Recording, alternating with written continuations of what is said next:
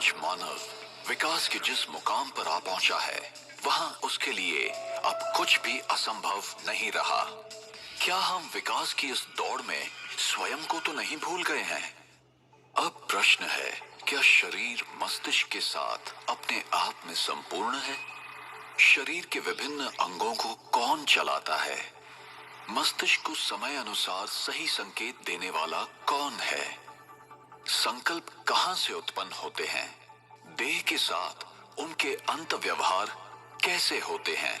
क्या विचारों का मूल स्रोत मस्तिष्क है या मस्तिष्क का भी संचालन करने वाला कोई और है? आइए अब हम एक अनुपम यात्रा प्रारंभ करें और स्वयं के विषय में उस सनातन सत्य को खोज निकालें जिससे हमें पूरा ज्ञान एवं अनुभव प्राप्त होगा कि मैं कौन हूं। ये मैं नहीं हूं, मैं ये हूं। मैं एक आत्मा हूं, एक अति सूक्ष्म, अविभाज्य और अविनाशी चेतन दिव्य प्रकाश बिंदु रूप हूं, एक पराभौतिक सत्ता हूं। जब तक मैं आत्मा इस देह में हूं, तब तक ये कहा जाता है कि देह जीवित है। जब मैं आत्मा देह से निकल जाती हूं, तो शरीर शव हो जाता है। इस घटना को ही मृत्यु कहते हैं।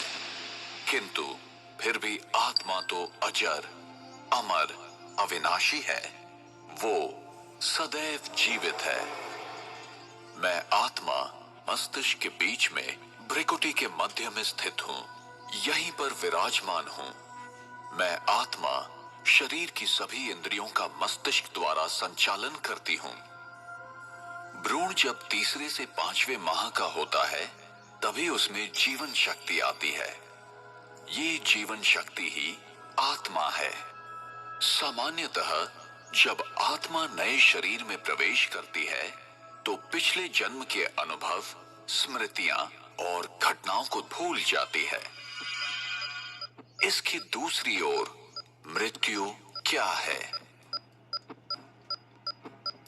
मृत्यु वो स्थिति है जब आत्मा शरीर छोड़ देती है।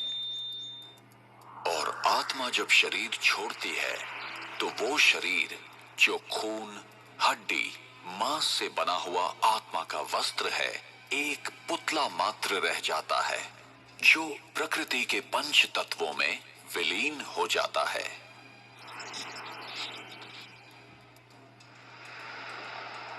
एक कार और एक ड्राइवर का उदाहरण आत्मा और शरीर के मूल अंतर को समझने के लिए उपयोगी है। अगर आप अपने शरीर को एक कार मान लें, तो आप आत्मा इसका ड्राइवर हैं। जैसे ड्राइवर गाड़ी को नियंत्रित करता है, घुमाता है या रोकता है, वैसे ही आत्मा शरीर की विभिन्न गतिविधियां करती है। अब प्रश्न ये है कि मैं अपने आप को आत्मा कैसे महसूस करूं? जरा सोचें कि एक बड़ा सा नकली मानवीय शरीर अपने सभी अंगों के साथ है। अगर आप आंखों की खिड़की के पास इस शरीर में एक कुर्सी पर बैठे हुए हैं, तो फिर आपको क्या अनुभव होगा? जब आप आंखों की खिड़की के भीतर से झांक रहे हैं, तो क्या आप अपने आप को इन आंखों की खिड़कियों से अलग महसूस नहीं करेंगे? आत्मा भी ऐसे ही महसूस कर सकती है कि आत्मा और शरीर अलग हैं। जब मेरा प्रत्येक कार्य और व्यवहार आत्मिक स्थिति में होता है, तब मैं अपनी वास्तविक स्वरूप के अति समीप होती हूं। यही आत्मिक स्थिति है। इसलिए अपने आप को आत्मा समझें।